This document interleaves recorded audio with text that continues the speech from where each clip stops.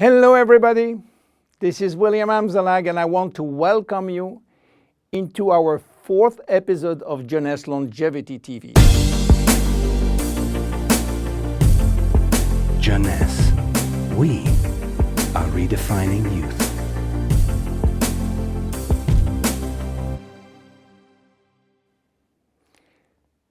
To be born is not a crime. So why should we be all sentenced to death? Is death inevitable? Well, you may be surprised to learn that aging and death has not existed forever. 4.5 billion years ago, a single cell came into existence. This single cell did not age. It had the capacity to divide indefinitely. But 3 billion years after, some of the cells started to form organisms such as worms, fish, and finally humans. However, the cells were aging, and their ability to reproduce indefinitely came to an end. And today we know why.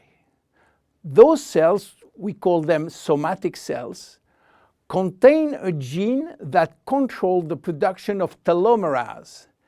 And this gene was and still is turned off. Without the ability to produce telomeres, the telomeres will become shortened and cells will die.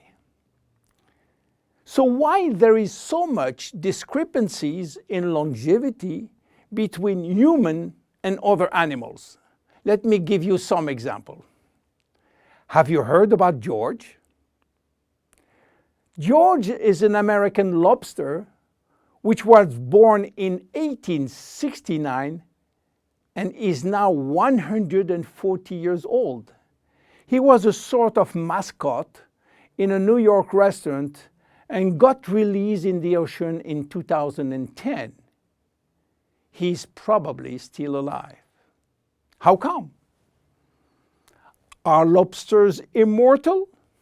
Not exactly, but they do not die of old age because their telomeres is constantly turned on, so the cells do not die. However, they are sensitive to infection in their shell, and they may die from this disease. In Japan, koi fish are known to live very long. They are beautiful fish, usually white with red spot. Some have been given names, and the most famous fish, Hanako, who died in July 1977, was 226 years old. Some turtles also live very long, and one of them, Adwaita, from Seychelles, has lived nearly 250 years. There are even some species which has indefinite longevity, like the bacteria called Arthrobacter, who can be dormant for thousands of years and suddenly wake up. Hydra is the most unique species defying death. When part of his body is cut off, the body regenerates in 2 or 3 days. Hydra will be potentially immortal because it contains stem cells. In case of injury, the stem cells differentiate to form the missing cells and rebuild the missing part. If some animals can have indefinite longevity, why should we be sentenced to death? In other words, do we currently have the knowledge and the technology to live forever?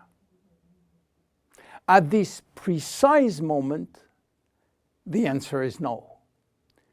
But here is what we do know. We can already reverse aging in human cells. What we don't know for sure is whether we can reverse aging in you or in me. we can drastically slow down diseases and the aging process far more than people realize.